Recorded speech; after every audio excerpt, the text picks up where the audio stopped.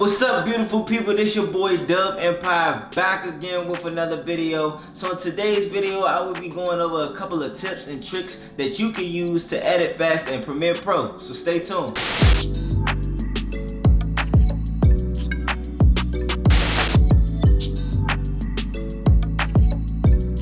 The first topic that I want to touch on is editing to the beat. I can't stress this enough. It is so important that you edit to the beat. So when you edit to the beat, it's aesthetically pleasing to the human eye. So just keep that in mind when you editing, alright? I don't care what type of video you're shooting. If you're adding music into that video, you need to cut to the beat. When you don't edit to the beat, it's like not having rhythm to a song. Like you just gonna be completely off beat.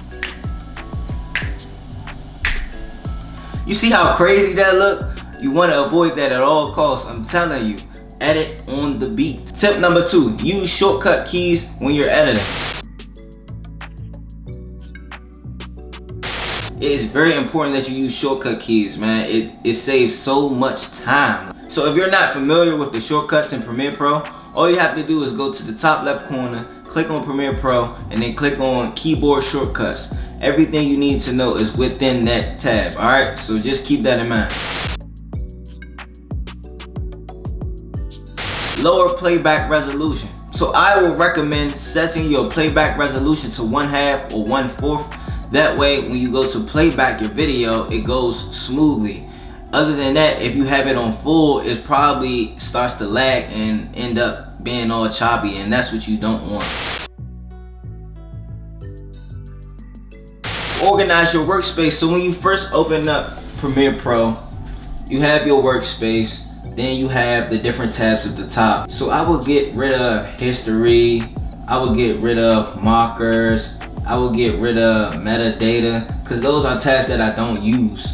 I would definitely keep the tabs I normally use all the time, like effects control, and a project and audio clip mixer, of course. But other tabs you can delete. And normally when I set up my workspace, I like to have the whole bottom row, the timeline. You know, that way I can see the whole timeline in its entirety.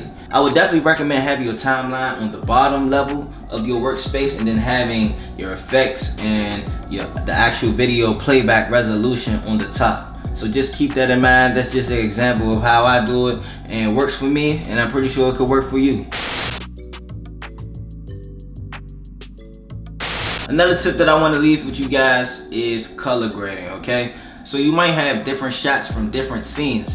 So you may have a primary shot, a secondary shot, and then B-roll. So you know when those clips are split up, it's hard to try to use an adjustment layer to color grade all those clips effectively. You want to click the clip that you want to color grade and go to effects controls. Instead of editing the settings from that particular clip, you want to go to masters. Once you go to masters, you edit that particular clip, it will edit every clip that's just like that one, okay? So that will avoid you trying to edit each individual clip.